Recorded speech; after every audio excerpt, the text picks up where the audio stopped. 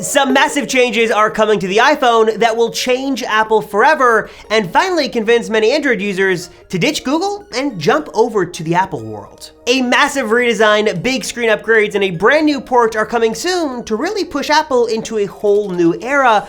But is Apple making these changes from the goodness of their heart because they love us, or are they being forced to because they've been behaving really badly? As we always do on the Apple Circle, let's break down the latest Apple leaks, rumors, and news you need to know about, and some massive changes coming to all Apple products very soon that are gonna be great for us, but are making Apple really, really angry. And let me tell you why everybody is so upset. And a big thanks to Jamf for sponsoring this video.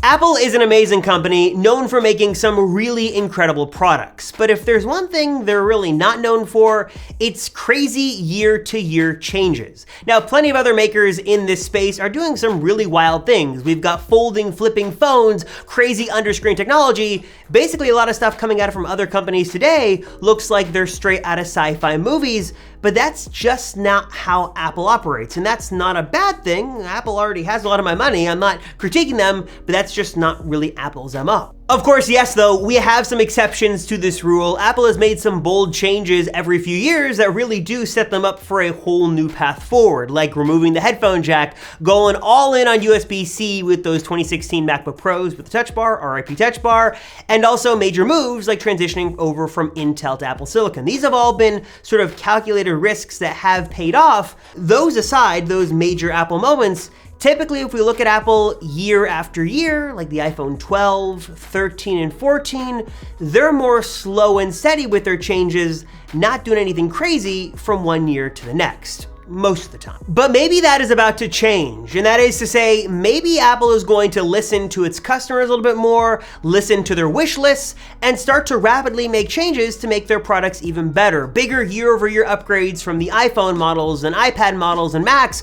Maybe Apple is about to change things for the better and finally give us what we've all been waiting for. And maybe that is going to start very soon, this fall with the iPhone 14. That's a few things in particular, like the main camera getting a massive upgrade from 12 megapixels all the way up to a 48 megapixel camera system that should be very versatile and give us some really great looking shots. Also, the notch is going away on the Pro models. Sort of. At least it's a step in the right direction. This double hole punch system is not for everyone, but at least it's better than that big black rectangular thing that we've had on the iPhone since 2017. And also, these new iPhone 14s will ship with iOS 16, which is becoming more and more open every single year. It's not on the crazy customization level as Android, but it's closer to Android than it's ever been before, and iOS slowly but surely is allowing for more customization and allowing you to take control over more aspects of your phone. The iPhone 14 lineup will also pack some new processors, new colors, hopefully some secret hidden satellite tech as well.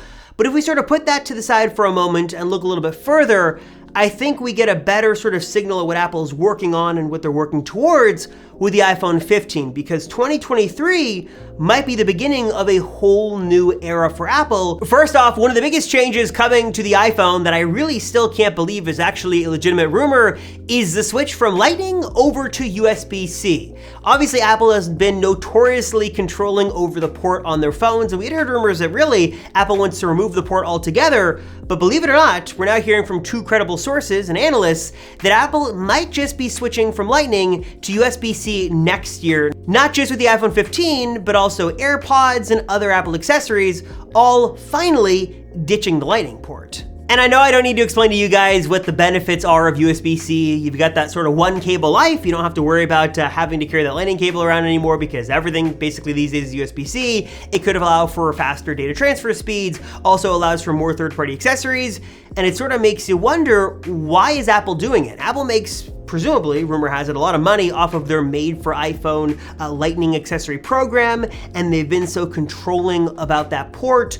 Why are they about to make this change? Is it because they're finally listening to us, or it's because they sort of have to make it because, well, they've got no other choice? One of the prevailing theories right now is that some new EU legislation that could go into law would sort of force Apple to make this change, requiring all new electronics that can support USB-C to actually support USB-C. And this is interesting because on one hand, Apple will have a legal obligation to do this and they have to follow the law. But also, on the other hand, we've seen time and time again special exceptions made for Apple, or Apple just sort of not caring about what the law is and paying whatever the fines would happen to be. Apple has certainly done a couple of things in the past to get around those stringent laws, but maybe this time they're either doing it because they have to and they're really mad about it and they really don't want to make this change, but they're sort of forced to because obviously the EU is a big customer base for Apple. Or maybe the optimistic approach is that they're finally listening to customers, that they understand the benefits of USB-C, they're putting it on other products, they understand that customers want one cable to sort of rule them all, and then in the end, USB-C is better for consumers. Lightning is great, it had its time to shine, but now USB-C just makes way more sense, and maybe Apple is finally listening, at long last, and making the change for you and I. This phone should also be getting a massive redesign that could look a little something like this that many of us have long been waiting for. And finally, Apple is gonna be giving us a little bit of a throwback design and finally changing the iPhone because everyone has been waiting for this redesign. Looks like it might finally happen next year.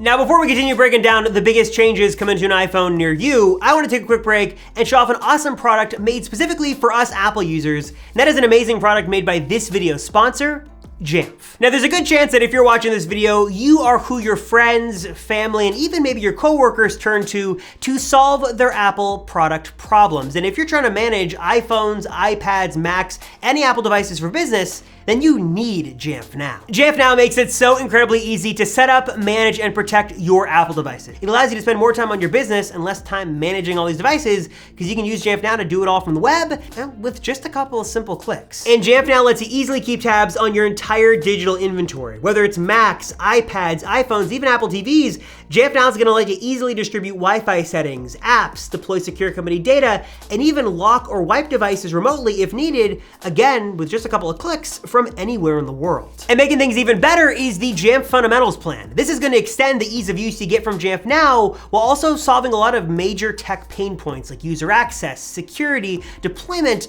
plus so much more. And the best part of all is that you don't need some kind of crazy IT background or experience. It's perfect for small to medium-sized businesses and is gonna give you new capabilities to connect, protect, and power the Apple devices that are the backbone of your business. So now is the time to totally simplify and streamline your entire Apple device management by getting started with Jamf Now, like right now. What are you waiting for? Click the link right down below to learn more, or head to jamf.com/applecircle to sign up today. And when you sign up through a special link, you can manage 3 devices totally for free. So again, click the link down below to learn more, check out all that Jamf has to offer and the awesome Jamf Fundamentals plan today by, again, link down below, or head jamf.com/applecircle.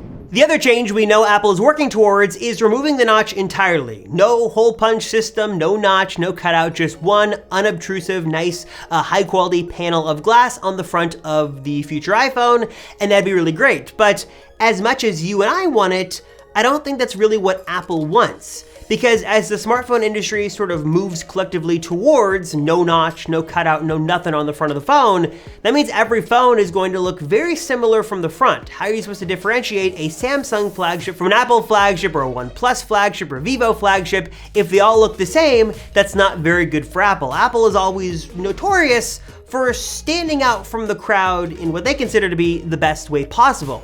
But as consumers clamor for this, and as people want to see the benefits of this technology, maybe Apple is working towards this for you and I, that they realize that they're still gonna sell phones, they realize this is what people want, and even though they can do it now and they're choosing not to, for one reason or another, maybe that change is going to come in the next few years where the tech matures and people want it, that Apple finally ditches the cutout, not because they want to, but ultimately they're listening to their customers and they realize that's what we want. And maybe we see this extend to other areas as well. Maybe we finally get Touch ID under the display with Face ID because some people love the flexibility and the versatility of having Touch ID and Face ID. Getting down this road sort of makes you think, what are Apple's intentions here and where are they going? Because notoriously, Apple was the company that told you what you wanted before you even knew you wanted it, but now maybe there's a shift. maybe now with the chonky Mac Studio and the return of ports on the MacBook Pro and the openness of other parts of the Apple ecosystem, maybe Apple realizes now that what's best for their customer is not always what Apple wants. That they can still make great products and they can still get people to buy them, even if they open them up a little bit. Even if they add a feature that users have been clamoring for, even if they make the screen a little bit bigger or introduce this certain model, maybe they realize that users actually do know a thing or two, and putting back ports or making some changes isn't necessarily a bad thing. That yes, Apple is still able to keep their incredible design aesthetic, but still add features that just sort of make sense when you use these devices every single day. And I mentioned this before, but one of the things that I think is most interesting of the Tim Cook era of Apple is Apple's extensive and expansive product lineup. That it used to be there were like 1 or 2 models of each Apple product, but now there are a lot, and Apple products are more accessible than ever. If you want to go into the store and buy the latest and greatest iPad with the sleekest design and best tech, you go with the iPad Pro. You have at it. But if you just want something cheap, simple, and that works really well, the base iPad is there as well. Apple has done a great job sort of extending and expanding their product category lineup, and I wonder if we'll see that extend even more and finally gives more options to customers so everyone can enjoy the Apple ecosystem. And I think we have to be very clear that just because Apple is making changes to give us some of the things that we want doesn't mean they're going to give us everything we want. There's not going to be iMessage on Android. This is still a business to Apple, but I do think we're beginning to see a shift and a change with Apple that is listening to its customers, that is giving people what they want, adding back ports, changing silicon, giving us more options. And I think this is a good thing. And I think that if this is the new era of Apple and this is the direction the company's taking, I for one am all for it. And I'm super excited to see what's next and how this newfound Apple openness could make the iPhone and other Apple products even better than they've ever been before. And I guess one of the questions I have for you guys, and I'd love to sort of discuss down in the comments, is why do you think Apple is making this change? Do you think there's been a lot of pressure because of some of their bad behavior with some of their products, that they're trying to turn things around and give people what they want because they know that people are unsatisfied with what has happened? Do you think there's a newfound openness with Apple between consumers and professionals, and there's like this new communication between the two, and now Apple is sort of listening to customers? Or do you think that things are just random and things are just randomly falling into place and we're just getting what we want now just because, well, now is the time? Let me know your thoughts as to why Apple is making this change, and also what features would you love to see Apple bring back? If Apple is listening to its customers, and if you're an Apple customer, what would you like to see on a future iPhone, Mac, or iPad model? Let me know in the comments down below. As always, thank you guys so much for watching this video. I really appreciate it. Thank you so much. I'm Robert Rosenfeld, and I'll see you all in the next one.